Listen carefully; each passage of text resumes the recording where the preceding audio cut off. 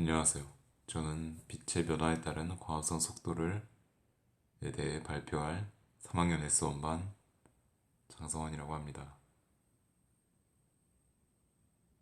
자, 일단 이론적 배경에 대해 먼저 설명을 하자면 첫 번째 이제 광합성에 대해 설명을 할 텐데요. 이제 광합성은 빛 에너지를 이용하여 이산화탄소와 물로부터 탄수화물과 산소를 생산하는 과정입니다.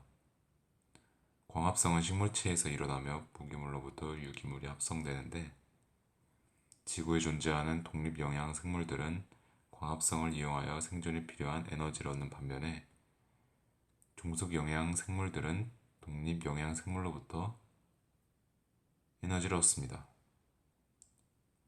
여기서 독립영양 생물이란 생존에 필요한 에너지를 얻기 위해 유기화합물을 필요로 하지 않고 무기물만 있어도 자신의 성장 및 증식을 할 수 있는 개체를 말하며,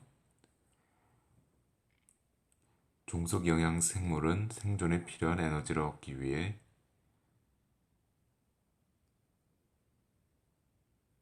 유기화합물을 필요로 하는 개체입니다. 따라서 생태계에서 일어나는 에너지의 흐름에서 보면 광합성은 지구 생태계를 지탱하는 근본 에너지를 공급하는 역할을 합니다. 광합성은 매우 복잡한 과정으로 구성되어 있지만 전체 반응은 이런 반응식으로 요약할 수 있고요.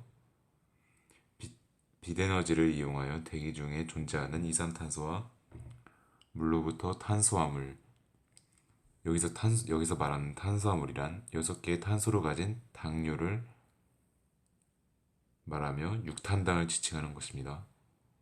이런 탄수화물과 산소가 만들어집니다. 광합성이 일어나는 곳은 식물세포에 존재하는 세포 내 소기관인 엽록체이며, 육상식물체의 엽록체 모양은 일반적으로 렌즈 모양이고 직경은 약 3에서 10이고 두께는 약 1에서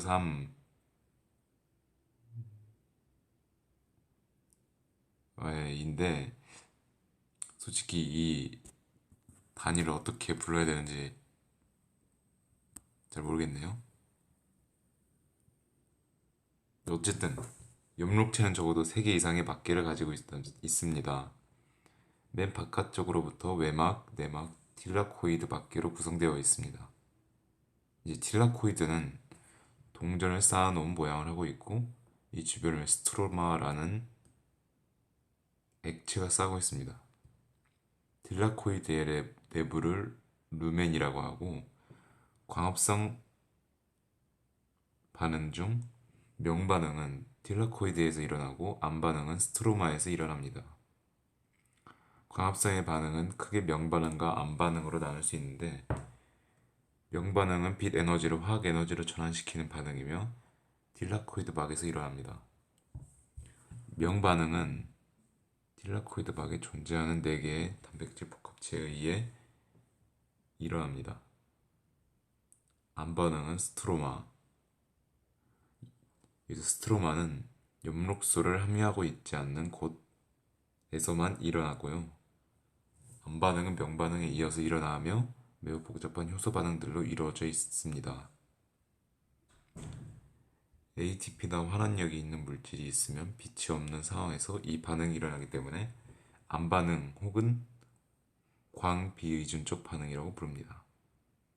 이제 두 번째로는 이제 생물에 대해 설명해 볼 텐데요. 여기서 말하는 생물이란 아까 전에 위에서 언급했던 독립영양생물과 종속영양생물에 대한 좀 추가적인 내용에 대해 설명해 볼까 합니다.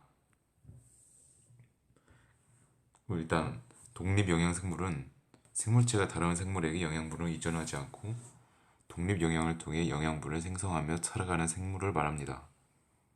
광합성을 통해 무기영양소를 유기영양물로 바꿔 에너지를 생산하는데, 거의 먹이사슬 최하위에 존재하며 빛 에너지를 생물들이 사용할 수 있는 화학 에너지로 바꿔주는 생물들입니다. 독립영양생물 중 식충식물 같이 다른 개체를 잡아먹음으로써 에너지를 얻는 종속 영양을 같이 하는 생물들도 있습니다. 독립영양생물은 화학독립영양생물과 광독립영양생물이 있습니다. 화학독립영양생물은 화학 반응으로부터 얻은 에너지를 사용하고 광독립영양생물은 빛 에너지를 이용하여 유기화합물을 합성합니다.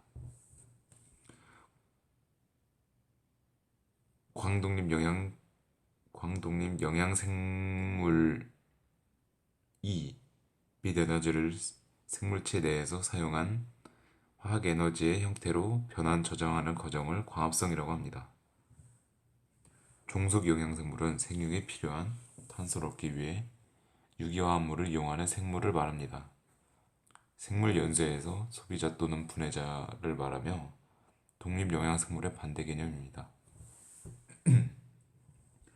동물과 균류의 모두 그리고 대부분이 세균이 종속 영양생물입니다. 식물은 일반적으로 독립영양생물이지만 기생식물 및 부생식물은 완전 또는 부분적으로 종속 영양에서 변화한 것입니다. 식충식물은 생육에 필요한 질소를 벌레로부터 얻지만 탄소를 이산화탄소로부터 얻고 있으므로 독립영양이라고 할 수 있습니다. 종속영양생물은 무기화합물로부터 얻는 탄소를 얻을 수 없기 때문에 다른 생물로부터 유기화합물을 얻지 않으면 안 됩니다. 종속영양생물은 빛으로부터 에너지를 얻고 탄소는 유기화합물의 형태로 얻는 광합성 종속영양생물과 에너지도 탄소도 유기화합물로부터 얻는 화학합성 종속영양생물로 나눌 수 있습니다. 자, 이제 실험의 목적에 대해 알아볼 텐데요. 실험의 목적은 빛의 변화에 따른 광합성 속도를 알 수 있습니다. 이게 시험 목적이고요. 이제 실험 재료 및 방법에 대해 설명하자면, 네, 여기 있네요. 자, 실험 재료는 비커, 깔때기, 물풀. 여기서요, 물풀이 이제 묻히는 그 풀이 아니라 광합성을 할 수 있는 이제 식물을 말하는 겁니다. 그리고 시험관, 전구, 자, 그리고 산소 기체 센서와 이산화탄소 기체 센서가 있어야 됩니다. 그래서 저는 이 산소 기체 센서에 대해 알아는 보았는데요. 산소 기체 센서는 산소 센서 또는 람다 센서라고 불리며 기체나 액체수의 산소 분압을 측정하는 전자소자입니다.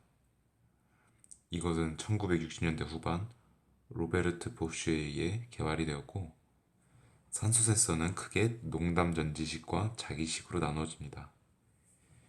농담 전지식은 안정화 지르코니아를 사용하는 고체 전해질 방식과 전해질을 사용하는 습식 전지 방식이 있습니다. 고체 전해질 방식은 수명도 길고 사용하는 참제용 가스의 산소 농도에 따라 넓은 범위에 측정을 할 수 있습니다. 센서 온도를 500에서 800도씨로 하여 사용할 필요가 있기 때문에 연도 가스 중에 산소 농도 분석이나 자동차 엔진의 연소제어, 그 밖에 분석기기에 사용됩니다. 습식 전지 방식은 피검지 가스와 경망대를 확산하여 셀 내에 녹아드는 산소의 환원 전류를 측정합니다. 실내 온도에서 작용하며 수 ppm에서 수천 ppm의 산소를 검출할 수 있기 때문에 이동식 산소 측정기에 사용됩니다.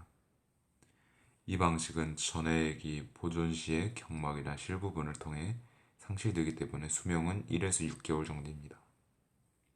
자기식은 산소가 다른 대부분의 가스와 달라 사자성을 갖는 것을 이용합니다. 휘트스톤 브릿지 속에서 두 개의 저항을 배급 온도 측정 저항체로 하고 그중 한쪽의 온도 측정 저항체를 자장 속에 넣으면 산소의 상자성으로 인해 기류가 생기고 온도 측정 저항체의 온도가 변화하는 것을 이용하는 것입니다. 검출 감도는 0에서 몇 퍼센트 정도지만 반복 제어성이 풍부해서 공업 프로세스 계기에 사용됩니다. 실험 과정에 대해 설명하자면, 이게 일단 목표가 빛의 세기에 따른 광합성 속도에 대해 알아보는 것일까? 한번 실험 과정을 짜보면, 일단 물이 들어있는 비커에 깔때기를 거꾸로 세우고 그 속에 물풀을 넣습니다. 그 다음에 깔때기 위에 물이 들어있는 시험관을 거꾸로 세운 후 전구를 고정시켜요. 그리고 수조에서 30cm 되는 곳에 빛의 세기를 조절할 수 있는 전구를 장치하고 빛의 세기를 변화시키면서 단위 시간당 발생하는 기포의 수를 세어봅니다. 이때 기포의 수를 세어볼 때 필요한 장치가 산소와 이산화탄소의 센서가 필요하다는 것입니다.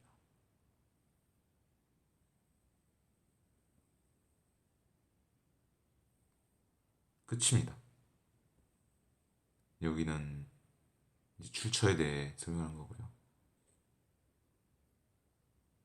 여기서 마치도록 하겠습니다. 감사합니다.